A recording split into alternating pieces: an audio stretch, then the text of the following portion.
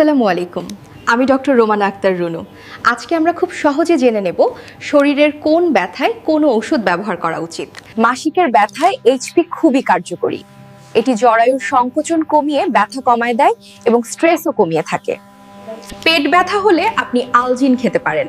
এটি gas, acidity কমায় এবং হজমের সমস্যা থেকে দ্রুত মুক্তি দেয়। যদি আপনার দাঁত ব্যথা থাকে তাহলে এট্রিক্স ব্যবহার করুন।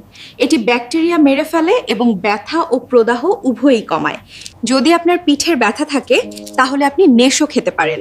এটি পেশি টান এবং স্নায়ুর প্রদাহ কমাতে খুব কার্যকর। মাথা ব্যথা বা হাঁটু ব্যথার জন্য আপনি টাফনিল বা ইন্ডোমেট নিতে পারেন। এগুলো পেশি এবং স্নায়ুর ব্যথার জন্য খুব উপকারী। যদি আপনার কোনো আঘাতের ব্যথা থাকে তাহলে আপনি রোল্যাক খেতে পারেন।